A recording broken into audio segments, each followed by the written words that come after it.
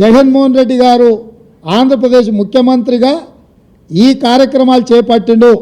దీనికంటే ముందు ఏ రోజు ఈయన ఇంటికి జగన్మోహన్ రెడ్డి గారు వచ్చిండ్రు, ఆల్మోస్ట్ దానికంటే జనవరి 14, 2020 జనవరి 14, 2020 నాడు జగన్మోహన్ రెడ్డి గారు ప్రగతి భవన్లో కేసీఆర్ను కలిసి పంచభక్ష పరమాణాలు తిని కృష్ణానది మీద జలాల మీద 6 గంటలు రివ్యూలు చేసి కేసీఆర్ గారే జీఓఆర్టీ నెంబర్ 203 2020 నాటిది రాయలసీమ లిఫ్ట్ ఇరిగేషన్కు ప్రగతి భవన్లో కేసీఆర్ జగన్మోహన్ రెడ్డి కూర్చొని 6 గంటలు ఈ మొత్తం సాగునీటి ప్రాజెక్టుల మీద సమీక్ష చేసి రాయలసీమ లిఫ్ట్ ద్వారా పర్ డే 8 టీఎంసీలు తరలించకపోవడానికి కేసీఆర్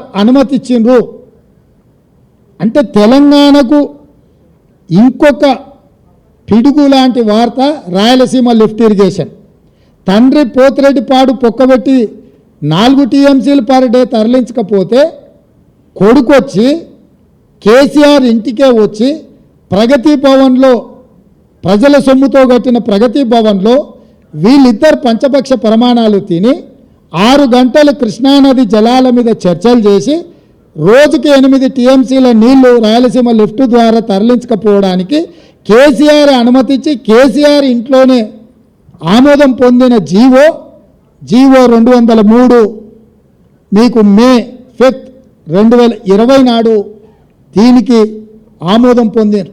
దాని తర్వాత దీని టెండర్లు అయిపోయి దీన్ని పూర్తి చేసి దీన్ని అగ్రిమెంట్లు చేసే సందర్భం వచ్చినప్పుడు 5 ఆగస్టు రోజు 2020 నాడు రివర్ మేనేజ్మెంట్ బోర్డు మీటింగ్ పిలిచింది. ఆ రోజు మీటింగ్కి పోతే ఈ టెండర్ అగ్రిమెంట్ జరగకుండా అభ్యంతరం పెట్టడానికి అవకాశం ఉండే. కానీ 10 తారీఖు నాడు 10/8/2020 నాడు ఈ టెండర్ లాస్ట్ డేట్ ఉండే. 5 ఆగస్టు 2020 నాడు Krishna river management board meeting పిలిచింది కేంద్ర ప్రభుత్వం. 5 తారీఖు నాడు వెళ్ళి ఈ 203 జీవో మీద అభ్యంతరం పెట్టి ఈ టెండర్లను కొనసాగించకుండా టెండర్ల ఒప్పందాలు జరగకుండా టెండర్లను అడ్డుకోవడానికి అవకాశం ఉంటే చంద్రశేఖరరావు గారు 5 ఆగస్టు 2020 నాడు సమావేశానికి పోకుండా ఒక లేఖ రాసిండు. ఏమని? ఆగస్టు 20 వరకు నేను చాలా కార్యక్రమాలల్లో బిజీగా ఉన్నా, ఆగస్టు 20 తర్వాత నువ్వు సమావేశం పెడితే నేను వస్తా అని చెప్పి ఇరిగేషన్ సెక్రటరీ రజత్ కుమార్తోని ఆయన